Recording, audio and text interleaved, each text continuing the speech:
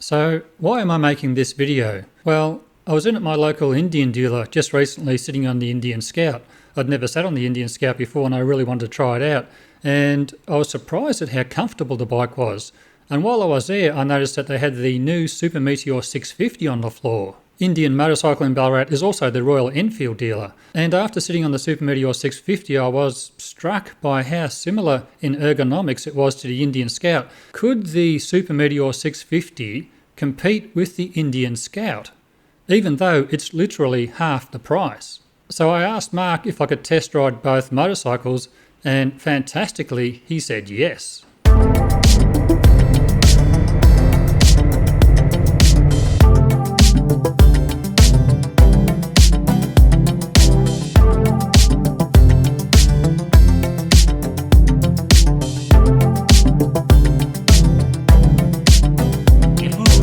Now, what am I hoping to achieve from this video? In this video, I want to see if the Indian Scout is worth the extra money over and above the Super Meteor 650. Now, the Indian Scout is twice the price. It starts at 23,495 Australian dollars versus 11,990 Australian dollars for the Super Meteor 650. The Indian Scout has around twice the horsepower and around twice the torque, although the weights of each motorcycle are very similar. And the Indian Scout's engine is literally twice the size of the Super Meteor 650. Other notable differences are the fuel capacity. The Super Meteor 650 has a larger fuel tank. The seat height of the Super Meteor 650 is higher, about 4 inches higher than the Indian Scout, which is interesting. And one other key difference is the Super Meteor 650 has a fuel gauge, the Indian Scout does not. So how do the two engines compare? Well, the Indian Scout has an 1133cc water-cooled V-twin, and the Super Meteor 650 has a parallel twin at 648cc, which is air and oil-cooled. Now, the Indian Scout's engine produces 100 horsepower at 8,100 RPM and 97 Newton meters of torque at 5,600 RPM. The Super Meteor 650's engine produces 47 horsepower at 7,250 RPM and 52 Newton meters of torque at 5,650 RPM. Now that's very interesting because both engines are producing their peak horsepower at around 7,000 to 8,000 RPM, and even more interestingly, both engines produce their peak torque at around 5,600 RPM. And one more key metric we need to consider for each motorcycle is the wet weight. Now, the Indian Scout weighs in at 256 kilograms and the Super Meteor 650 weighs in at 241 kilograms. So we're only looking at a 15 kilogram difference, which is very little in the scheme of things when you consider the relative weight of each motorcycle. So we have two bikes which are roughly the same in weight, but one has twice the torque and twice the horsepower of the other. And that translates into seat of the pants feel. The Indian Scout, just rolling the throttle on, even just gently, just pulled up to speed, super quick, super effortlessly. Whereas with the Super Meteor 650, I just had to be a little bit more patient and wait for it to wind out a little bit, rev out a little bit, and to build its power. So going from 80 to 100 kilometers an hour, you'll see in these videos here side by side, it's not a exactly fair comparison because I was in a lower gear on the Indian Scout than I was on the Super Meteor, but you'll get a feel of how quickly each bike accelerates. And I don't think dropping a gear on the Super Meteor 650 would have sped up that acceleration time. It would have been a little bit quicker, but in no way would it have matched the Indian Scout. And you can see the Indian Scout, you just give that throttle a little twist and it just goes straight up to 100 kilometers an hour. Whereas with the Super Meteor 650, I had to give it a twist and just wait for it to slowly build its power and get up to that 100 kilometers an hour. Now, is the performance of the Super Meteor 650 a deal breaker? In no way, no, not at all, which I'll come to a little bit later on. And one more difference to consider for each bike is the Indian Scout has belt rear drive and the Super Meteor 650 has a chain rear drive. Now, another big difference I noticed, and if you watch my videos back, you'll notice this too, the Super Meteor 650's exhaust, to me, was louder stock than the Indian Scout's exhaust stock. And that really added to the fun factor of the ride of the Super Meteor 650. Hearing that engine revving up and down and going down through the gears and up through the gears on the Super Meteor 650 was a lot more engaging than the Scout's stock exhaust system. Now, obviously, you could put a pipe on the Indian Scout and sort of open that up, but yeah, that was a big difference between the two, was the exhaust systems. Now, which bike has the better brakes? Well, I'm going to call it even. Braking performance to me was very similar on both bikes. They both have single discs on the front. The Super Meteor 650's disc is 320 millimeters, it's larger, and the Indian Scout's is 298 millimeters. And the Indian Scout, interestingly, has a 298 millimeter disc front and rear. The feel on the lever on the Super Meteor 650 was more traditional, just had a more standard feel. The feel on the brake lever on the Indian Scout was different in that there wasn't a lot of lever travel. And so you pull on the lever and it doesn't come back to the handlebar much, but it has all the feel you need. You can really feel what's happening with that front brake. And I worked it out. I think it's because of the braided lines. You're not getting that flex in the brake hose when you're pulling that front brake lever in. And every little bit you squeeze is transmitted straight to that caliper, and you can just feel it. I think it was different to get used to, but yeah, you just rest your hand on a brake lever and give it a slight pull and you instantly feel what's going on. So brake lever feel, even though it was initially distracting on the ride, I would still have to give to the Indian Scout. I think I preferred the way the brakes felt on the Indian Scout.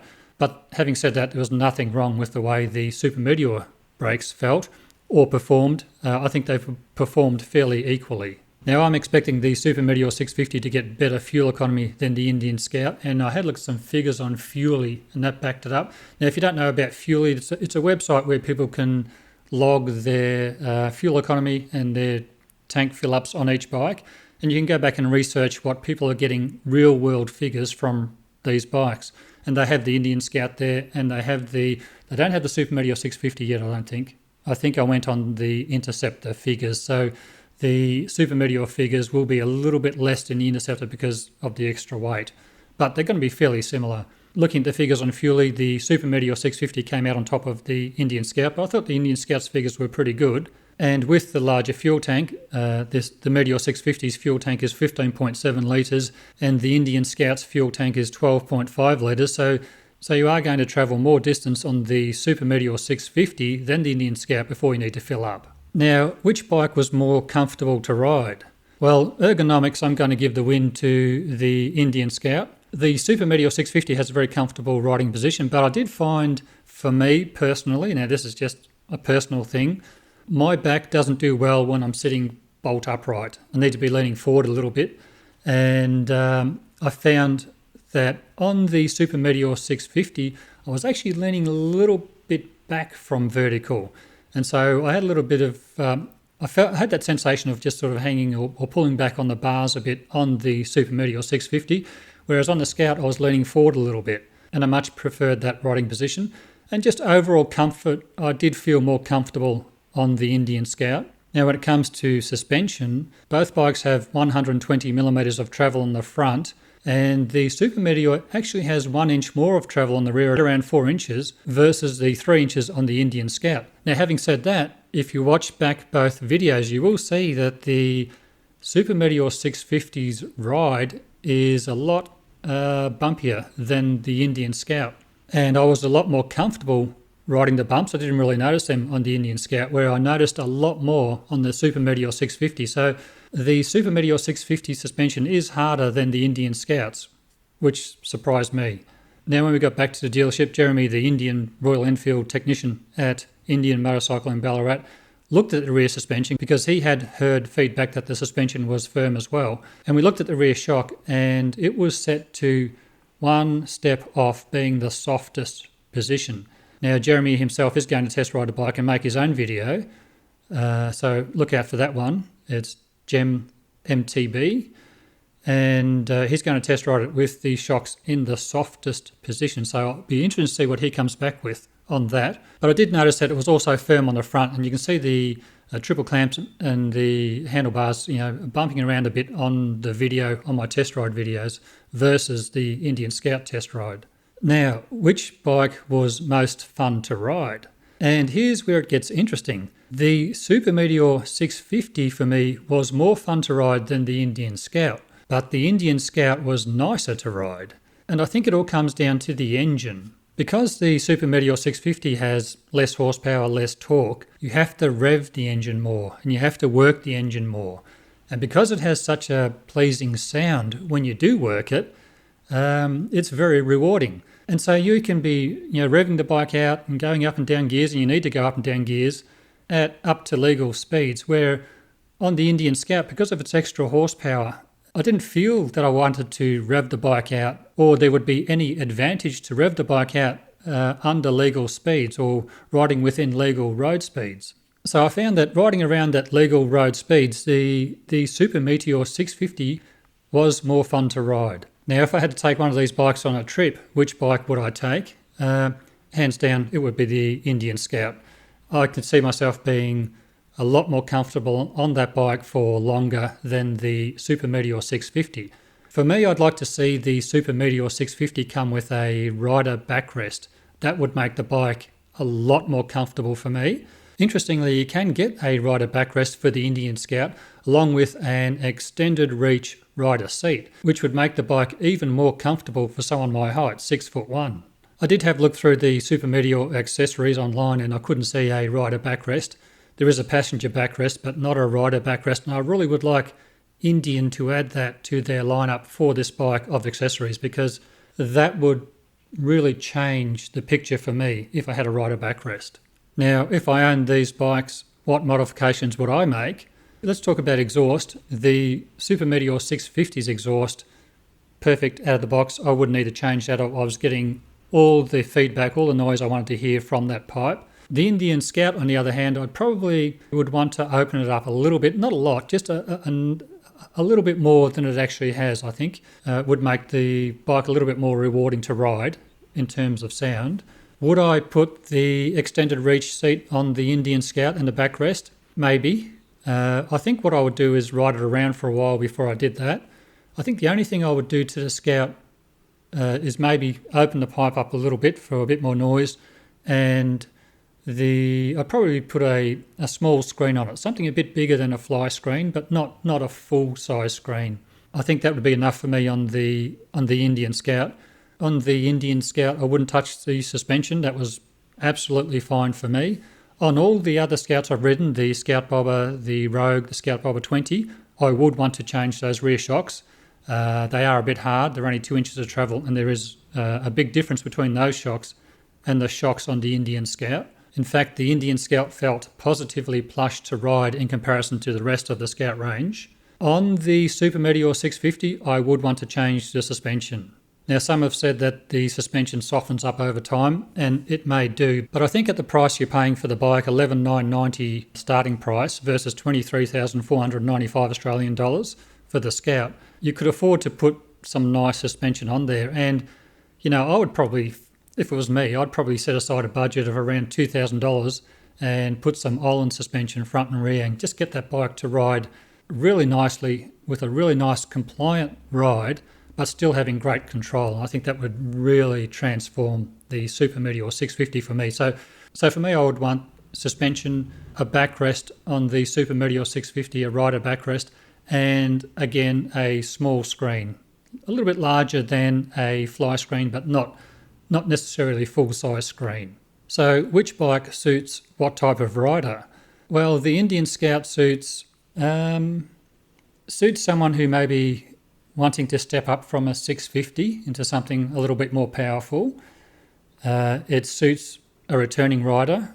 It suits an experienced rider like myself. I could easily own a Scout, no problems at all, and I've owned all sorts of bikes. I do find them to be very satisfying to ride. But for me, I don't think it's a beginner bike. I think in terms of a beginner, like I'm talking about an absolute beginner, the Super Meteor 650 is a lot friendlier, a lot more accessible, a lot easier to ride than the Scout. I'm not saying the Scout's not hard to ride, but by comparison, the Super Meteor 650 is much easier to ride. So for a beginner, I would go the Super Meteor 650. I would also go to Super Meteor 650 if you're a returning rider. And perhaps as a second bike, a run-around bike, if you've got a big heavy cruiser or a pure sport bike or an adventure bike, I think the Super Meteor 650 would make a great second bike in that situation. It's a fantastic run-around bike that you can do a little bit of distance on. And it's just fun to ride, just going up and down through the gearbox and listening to that engine. It's a pearler. It's really, really good. Now the big question, is the Scout worth the extra money? To me, it is. It is. When you ride the bike, it does feel a lot more quality to ride than the Super Meteor 650. I'm not saying the Super Meteor 650 doesn't feel like a good bike to ride. It's completely fine. But there is a definite increase in quality feel when you ride the Indian Scout versus the Super Meteor 650. In terms of power, you can feel twice that horsepower, you can feel twice that torque.